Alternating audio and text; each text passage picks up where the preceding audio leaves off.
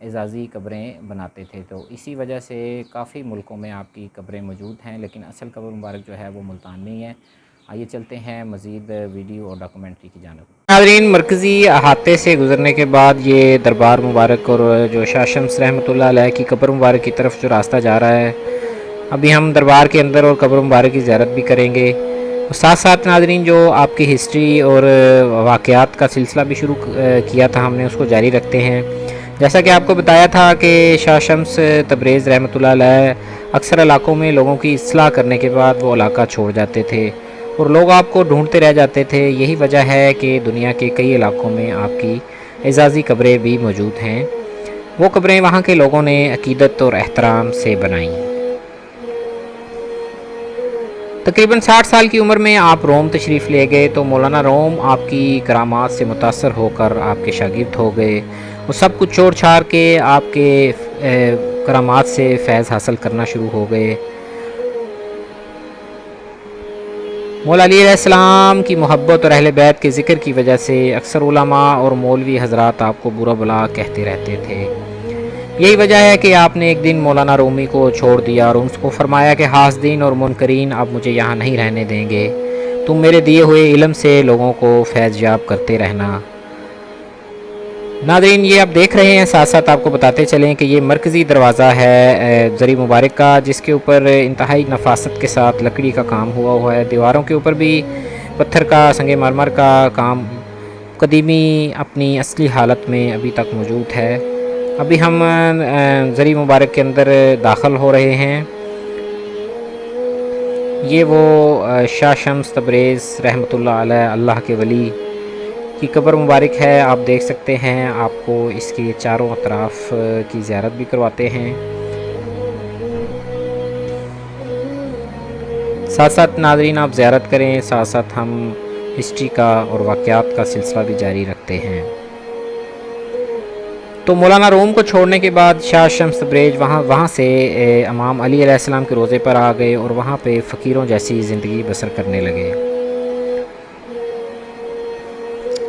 یہاں پہ ناظرین آپ دیکھ سکتے ہیں کہ دو قبریں موجود ہیں، ایک قبر جو حضرت شاہ شمس رحمۃ اللہ علیہ کی ہے اور دوسری قبر ان کے پوتے کی جو کہ بابا شاہ عالم سرکار کے نام سے جانے جاتے ہیں، ان کی قبر یہاں پہ موجود ہے۔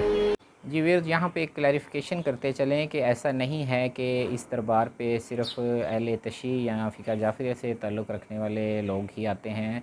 یہاں پہ اہل تشیع اور اہل سنت تمام لوگ یہاں پہ آتے ہیں، دعا کرتے ہیں اور اس بزرگ کو سب لوگ مانتے ہیں۔ اکثر یہ کنفیوژن پائی جاتی ہے کہ یہ صرف اہل تشیع سے یا فقہ جعفریہ سے یہ دربار جو ہے یہ منسلک ہے، ایسا نہیں ہے۔ یہاں پہ تمام مسلمان بھائی آتے ہیں، دعا کرتے ہیں اور اپنی منتیں بھی مانگتے ہیں۔ تو مولا علی کے روضے پہ آنے کے بعد شاہ شمس تبریز ایک دفعہ امام موسیٰ کاظم علیہ السلام کے روضے کی زیارت کرنے کے بعد واپس جا رہے تھے کہ وہاں کے بادشاہ کا گزر ہوا۔ سب لوگ سر جھکا کر کھڑے تھے، لیکن شاہ شمس تبریز کھڑے ہو کر باروب انداز میں بادشاہ کو دیکھتے رہے۔ بادشاہ کو یہ بات پسند نہیں آئی، اس نے آپ کو دربار بلا کر آپ کی بہت توہین کی اور آپ کو برا بلا کہا۔ لیکن جیسے ہی شاہ شمس بغداد کی جانب روانہ ہوئے تو اس بادشاہ کا بیٹا مر گیا۔ لوگوں نے چہ مگوئیاں شروع کیں کہ یہ یقیناً اس فقیر، اس اللہ کے ولی سے بدتمیزی کی وجہ سے ہوا ہے۔ بادشاہ کو اپنی غلطی کا احساس ہوا، وہ اپنے مرے ہوئے بیٹے کو لے کے مولا علی کے روضے پر آپ کی خدمت میں حاضر ہوا اور آپ سے معافی مانگی، تو اللہ کے فضل سے اور شاہ شمس کی دعا سے اس کا بیٹا بالکل صحت یاب اور ٹھیک ٹھاک ہو گیا۔ ناظرین، ساتھ ساتھ اب دیکھتے چلیں کہ زری مبارک کے اوپر گنبد کا بہترین نفاست کے ساتھ خوبصورت کام آپ دیکھ رہے ہیں۔ یہی وہ اللہ کے ولی ہیں جو کہ سن 560 ہجری میں پیدا ہوئے اور آج تک ان کا فیض جو ہے دنیا میں پھیلا ہوا ہے اور لوگ ان کی کرامات سے فیض یاب ہو رہے ہیں۔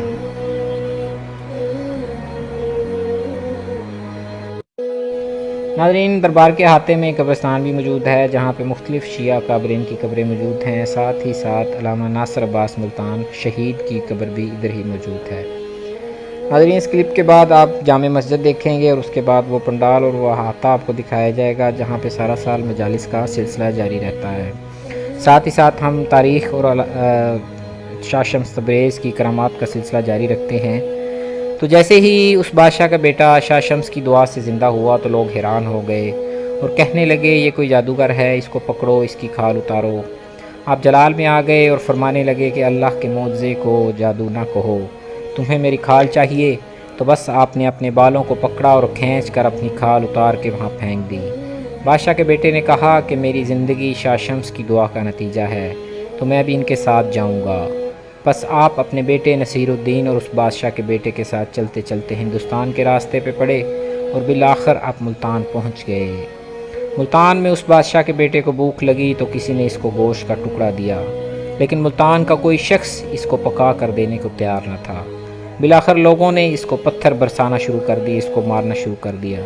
وہ روتے روتے شاہ شمس کے پاس آیا اور ملتان کے لوگوں کی شکایت کی۔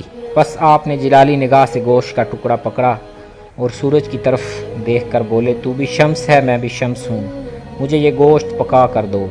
سورج کی گرمی بڑھی اور گوشت پکنے لگا۔ ملتان کے لوگ گرمی سے نڈال ہو گئے اور جب انہوں نے دیکھا کہ یہ اللہ کے ولی کی کرامت ہے تو آپ کے قدموں میں گر گئے اور معافی مانگنے لگے کہ آج کے بعد ہم کسی غریب کو تنگ نہیں کریں گے۔